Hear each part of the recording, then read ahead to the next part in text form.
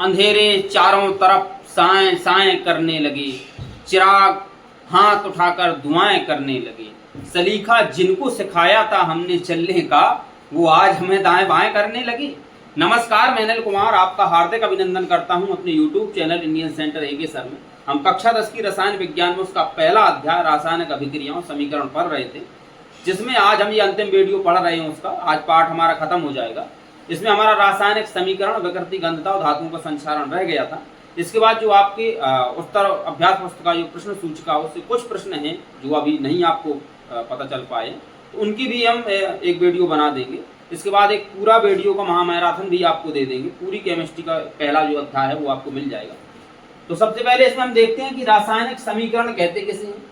तो इससे पहले आपको देखना पड़ेगा कि रासायनिक अभिक्रिया होती क्या, क्योंकि पाठ क्या चल रहा है हमारा, रासायनिक अभिक्रिया और समीकरण।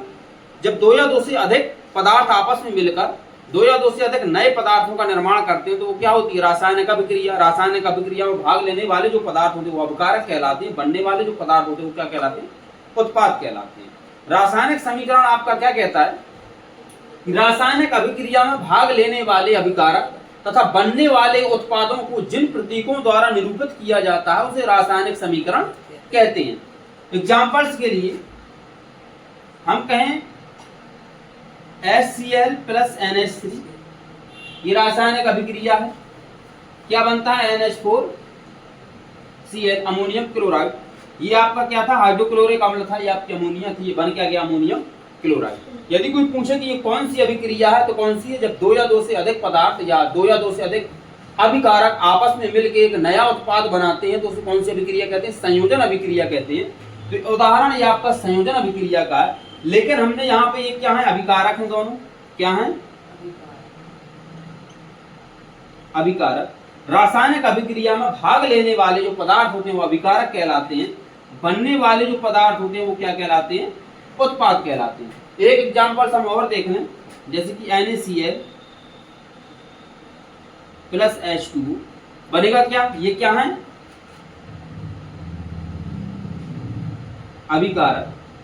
आपका बन जाएगा NaOH प्लस HCl।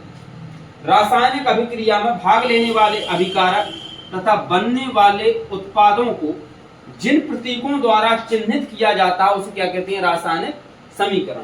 तो ये आपकी है क्या, रासायनिक समीकरण है। NaCl अभिकारक था, जिन प्रतीकों NaCl से प्रदर्शित किया हमने सोडियम क्लोराइड को, जल को हमने H2O से प्रदर्शित किया है, प्रतीक है ये इसका। सोडियम हाइड्रोक्साइड का NaOH प्रतीक है। तो जिन प्रतीकों द्वारा निरूपित किया जाता है उसे हम रासायनिक समीकरण कहते हैं। अब इसके बाद हम समझ लेते हैं विकृति गंधता क्या होती है। तो सबसे पहले इसको हम लिख लेते हैं, फिर आपको हम समझा देते हैं।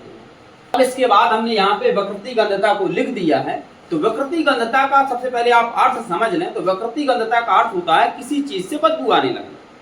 अब बदबू कैसे आएगी, यदि हम घर में कुछ सब्जी बनाते हैं, कुछ घंटे हम खुली हवा में रख देते हैं तो उससे क्या आने लगती है, स्मेल, एक बदबू आने लगती है, जिसको हम विकृति गंधता के नाम से जानते हैं। अच्छा, ये होता क्यों है, यदि एक उदाहरण से लें हम, ठंडा पानी और गर्म पानी। यदि आप ठंडे पानी को पीते हैं, समझना क्या समझाना चाहते हैं, ठंडे पानी को पीते हैं तो आप ज्यादा पानी पी जाते हैं, प्यास जल्दी नहीं बुझती है। जबकि आप गर्म पानी पी लें तो आपकी प्यास जल्दी बुझ जाती है। कारण क्या होता है भाई, गर्म पानी है, आग कहाँ लगती है, जहां पे ऑक्सीजन होती है। ऐसा तो है नहीं कि बंद कर दो आग लगा दो नहीं लग पाएगी। तो गर्म पानी में ऑक्सीजन की मात्रा कैसी होती है, ज्यादा होती है, और ठंडे पानी में कार्बन डाइऑक्साइड की मात्रा होती है। यही कारण होता है कि ठंडा पानी हम ज्यादा पी जाते हैं। क्यों, क्योंकि हमें अंदर क्या, हीमोग्लोबिन जब ऑक्सीजन से मिलता है तो ऑक्सी हीमोग्लोबिन बनाता है, जाके कोशिका में फटता है, वहां से कार्बन डाइऑक्साइड लेके कार्बोक्सी हीमोग्लोबिन बनाता है, आगे फेफड़ों में फट जाता है। हम सांस को कहाँ कर देते हैं, नहीं श्वसन यानी कि बाहर फेंक देते हैं। ये श्वसन की क्रिया होती है पूरी। जबकि गर्म पानी में जल्दी ऑक्सीजन मिल जाती है, कार्बन डाइऑक्साइड जब ठंडा पानी होता है वहां से नहीं मिल पाती। यही कारण होता है फ्रिज में। जब फ्रिज में हमने कोई चीज रखी तो वहां पे ऑक्सीजन नहीं पहुंच पा रही है। जब ऑक्सीजन नहीं पहुंचेगी तो जो पदार्थ वहां पर रखा हुआ है आपका, वो खराब होना ही नहीं है। अभिक्रिया उसकी रिएक्शन ऑक्सीजन से नहीं होगी तो खराब नहीं होगा उसमें। क्यों, क्योंकि उसमें कार्बन डाइऑक्साइड है। अब हमने कोई सब्जी बनाई, खुली हवा में रख दी है तो वो सब्जी खराब हो जाती है। क्या है, क्योंकि ऑक्सीजन के संपर्क में वो आ जाती है। तो विकृति गंधता को क्या लिखा हमने, तेल तथा वसा अथवा इससे बनने वाले पदार्थ जब ऑक्सीजन के संपर्क में आते हैं तो विशेष प्रकार की गंध छोड़ने लगते हैं, जिसे हम विकृति गंधता कहते हैं। एक बार और समझिए, तेल तथा वसा अथवा इससे बनने वाले पदार्थ जब ऑक्सीजन के संपर्क में आते हैं तो विशेष प्रकार की गंध छोड़ने लगती है, जिसे हम विकृति गंधता कहते हैं। इसको बचाने के कुछ उपाय दिए। यहाँ पे हमने कचरी मंगाई है, इसमें से एक कचरी ये पिचकी हुई है, इसका मतलब है कि ये खराब हो चुकी है। तो ये कचरी क्या है आपकी, फूली हुई है, इसमें कुछ गैस जैसी भरी है। देखो भैया इसमें क्या हुआ है, हमारे केमिस्ट्री में 96 नंबर 1 नंबर का लोचा इसी की वजह से हुआ है, क्योंकि नाइट्रोजन एक गैस कैसी होती है, गंध मारने वाली।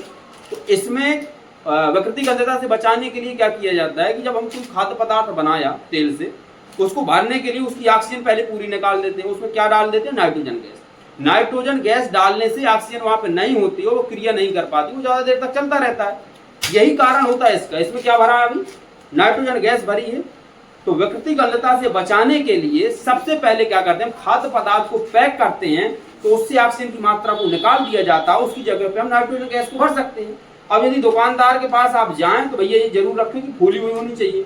यदि पिचकी है तो उसको मत लो, क्योंकि उसमें भाई क्या है, उसमें नाइट्रोजन है ही नहीं, वो क्रिया कर चुका, खराब हो चुका उसका माल पूरा। यदि कोई चीज धूप में भी है तो ये चीजें धूप की टंगी हुई मत लो, क्योंकि यदि हमें विकृति गंधता से किसी पदार्थ को बचाना है तो धूप से उसको बचाया जाता है। ये इसके उपाय है। उपाय लिखने को आपको आ जाए तो पहले क्या करेंगे, उपाय देखो भैया, आपका जो पहला उपाय है, खाद्य पदार्थों को क्या लिख देंगे आप,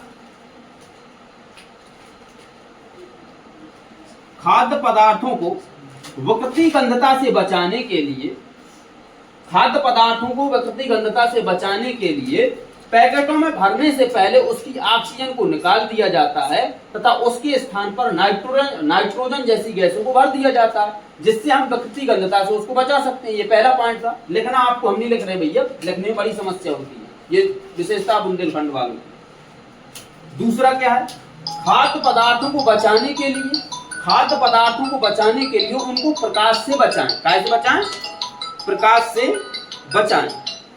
अब इसके बाद हमने आपका लास्ट टॉपिक धातुओं का संचारण जो लिख दिया है।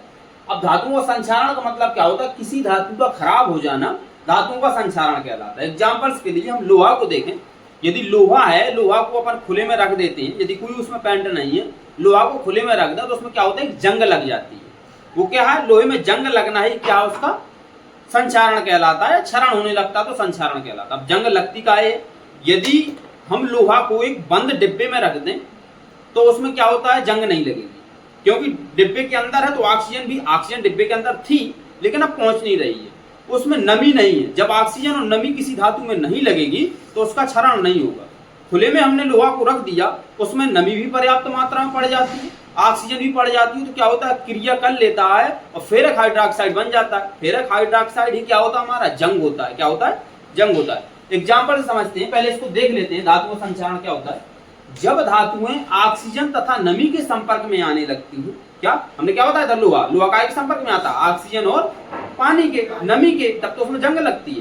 तो जब धातुएं ऑक्सीजन तथा नमी के संपर्क में आने लगती हैं तो उनका क्षरण होने लगता है। क्या होने लगता है, क्षरण होने लगता है, जिसे हम धातुओं का संचारण कहते हैं। एग्जाम्पल्स देख लेते हैं, क्या लिखेंगे आप, ठीक है। एग्जाम्पल में क्या बताया था, लोहा था हमारा, क्या था, लोहा, Fe क्या है आपका, आयरन, प्लस हमारा क्या मिलेगा उसमें, ऑक्सीजन, तभी तो उसमें जंग लगेगी। जब लोहा में ऑक्सीजन मिल जाएगा, प्लस का क्या मिल जाएगा आपका, नमी यानी कि जल। लिख लो, ये क्या है, लोहा, ये क्या है, ऑक्सीजन, तो ये क्या है आपकी नमी। जब ये तीनों चीजें मिलेंगी तो बनेगा क्या, जंग, यानी कि आपका बनेगा Fe2O3, जिसको बोला जाता है फेरिक ऑक्साइड। क्या बोला जाता है, फेरिक ऑक्साइड। अच्छा, फेरिक की संयोजकता फेरस होता है, फेरक होता है। फेरस की संयोजकता 2, फेरिक की संयोजकता कितनी होती है, 3। ऑक्साइड की संयोजकता 1, ऑक्साइड की संयोजकता 2 और परऑक्साइड की संयोजकता कितनी होती है, 1। तो ऑक्साइड हमारा, तो इसकी संयोजकता कितनी है, 2, और फेरिक है तो इसकी संयोजकता कितनी होगी, 3, प्लस हमारा क्या बनता है, फेरिक हाइड्रोक्साइड। क्या बनता है, फेरिक हाइड्रोक्साइड। ये आपका क्या है, फेरिक हाइड्रोक्साइड। ये आपकी क्या होती है, जंग। क्या होती है, जंग। जब लोहा ऑक्सीजन तथा जल के संपर्क में आता है तो उसमें क्या लग जाता है, उसका क्षरण होने लगता है, जिसे हम क्या कहते हैं, धातुओं का संचारण कहते हैं। तो ये आपकी क्या बन गई, फेरिक ऑक्साइड क्या है आपकी, जंग है। अब इसके बाद हम रासायनिक समीकरण को क्या कर लेते हैं, संकलित कर लेते हैं। तो हमने कितने 2Fe यहाँ तो 2 वहां से, तो 3 दूनी 6, तब H हो पाएंगे यदि हम 3H2O ले लें तो 3 दूनी 6 थे, H हमें 6 करना है। तो यदि हम यहाँ पे 2Fe ले लें तो हमारे 3H हो गए, सॉरी 6, 3 दूनी 6H हो गए। हमारे O कितने निकले यहाँ पे 3O ये निकले और 3O ये निकल गए, ठीक है। Fe2 ये है, Fe2 ये 4Fe लिए हैं तो Fe2O3, 3 दूनी 6O, 6 3 9O, और हमारे कितने पास है वो 3 दूनी 6O, 6O हो गए, 3O वे हो गए आपके, और 3O आपके ये हो गए, 6O ये ऑक्सीजन बाहर निकल गई, 6 3 9 हो गई, ठीक। ऑक्सीजन इसमें कितने हैं 6, इसमें कितने हैं 3 ऑक्सीजन, 3 दूनी 6 ऑक्सीजन, 6 3 9, 3 ऑक्सीजन 3 दूनी 6 ऑक्सीजन। हमारी रासायनिक समीकरण कैसा हो गया, संतुलित हो गया। ये एक रासायनिक अभिक्रिया भी है। इसको यदि रासायनिक समीकरण को डेफिनेशन समझना तो कैसे समझेंगे, रासायनिक अभिक्रिया में भाग लेने वाले अभिकारक ये सभी क्या हैं, अभिकारक हैं आपके। रासायनिक अभिक्रिया में भाग लेने वाले अभिकारक तथा बनने वाले उत्पादों को, ये क्या है आपके उत्पाद हैं, बनने वाले उत्पादों को जिन प्रतीकों द्वारा निरूपित किया जाता है उसे क्या कहते हैं, रासायनिक समीकरण कहते हैं। तो ये हमारा धातुओं का संचारण इस पाठ का जो अध्याय आपका रासायनिक अभिक्रिया और समीकरण लास्ट टॉपिक था। अब इसके बाद आपकी प्रश्न सूचिका से कुछ क्वेश्चन रह जाते हैं, उसकी क्वेश्चन भी जो आपके डाउट में है, जो लगता है कि शायद ये हमने नहीं बताया, वो सभी क्वेश्चन आपको उसमें हम दे देंगे क्लास में, वो भी क्लास लंबी भी हो सकती है। अब इसके बाद जो आपकी जितनी रासायनिक अभिक्रियाएं थी, रासायनिक अभिक्रिया के प्रकार जो आपके थे, जैसे कि संयोजन अभिक्रिया, वियोजन या अपघटन अभिक्रिया, ऊष्मीय अपघटन, प्रकाश अपघटन, विद्युत अपघटन, इसके बाद आपकी विस्थापन अभिक्रिया, द्विविस्थापन अभिक्रिया, उसमें क्षेपी अभिक्रिया, उसमें शोषी अभिक्रिया, ऑक्सीकरण या उपचयन अभिक्रिया, अपचयन अभिक्रिया, इसके बाद आपकी थी ऑक्सीकरण अपचयन यानी कि रेडॉक्स अभिक्रिया। ये सभी अभिक्रिया हम एक पूरी मैराथन महामैराथन क्लास लेके आएंगे, तो लगभग 50 मिनट का वीडियो होगा, तो मजा आ जाएगा क्योंकि उसमें लिखवाएंगे क्वेश्चन, केवल रासायनिक समीकरण से सभी अभिक्रियाएं समझाते जाएंगे जो आपको समझ में आ जाएंगे, मतलब आपका क्या हो जाएगा, रिवीजन हो जाएगा। तो वीडियो को आप लाइक करके शेयर जरूर कर दिया करो अपने दोस्तों के साथ। तो आज के लिए बस इतना ही रहने देते हैं, धन्यवाद।